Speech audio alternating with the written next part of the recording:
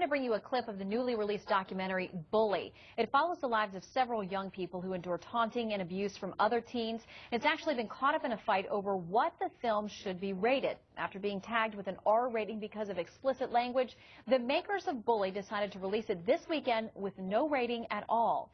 We've asked you at home, have you or your children ever been bullied?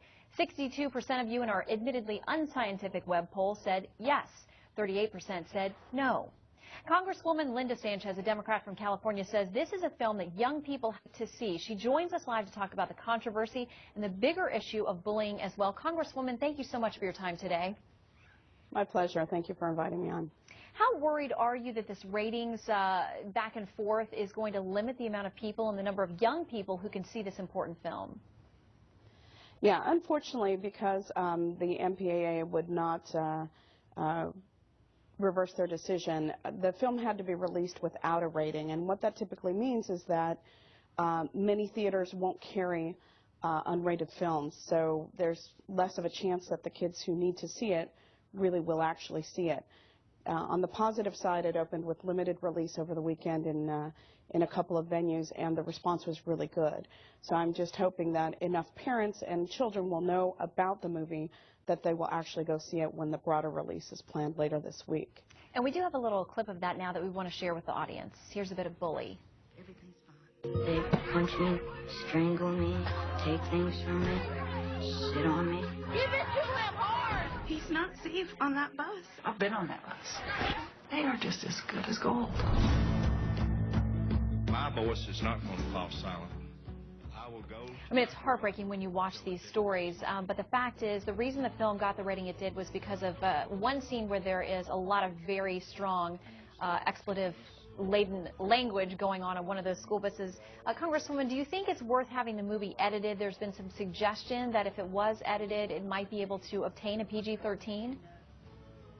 Well, I think there's a fundamental problem with that. Because this movie is a documentary, it's not scripted. It's not somebody else's words being put into students' mouths. This is actual reality. This is what happens to kids every single day when they go to school. And so I think the suggestion that they edit out the harsh language really does film justice. It shows a reality that is a gritty reality that millions of kids confront every day, which is violent and harassing behavior. And I think, you know, trying to quote-unquote protect kids by eliminating the language actually does a huge disservice to kids who are bullied every day. It's violent and destructive behavior, and if, you know, adults and folks at the MPA want to close their eyes and believe that they can edit out the language and it's going to be an accurate portrayal of what kids encounter every day, I think it's really misguided, and I think it's very counterintuitive and counterproductive. And this is an issue more broadly that you have been trying to bring light to as well. Tell us what you're working on. Sure. I've introduced several pieces of legislation which is aimed at trying to create safer school environment for kids to learn in. One is the Safe Schools Improvement Act, which would require schools that receive federal funding to report incidences of bullying and how many incidences occur in their needs assessment. Also ask them to adopt an anti-bullying code of conduct to make sure that students know that this kind of behavior will not be tolerated and there will be consequences. Doesn't cost any money. It allows them to use existing federal funding for anti-bullying curriculum.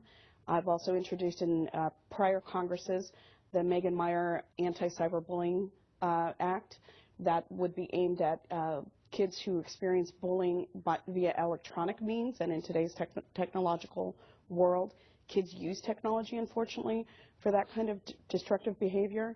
And the other piece of legislation that I've introduced is the Put School Counselors Where They're Needed Act, which would place more school counselors in schools with dropout rates of 40% or higher to really try to work with students and bring resources to those students so that they're more successful in school. All right. Congresswoman Linda of California, thank you for sharing your time with us. We'll keep an eye on that legislation. Great. Thank you for having me.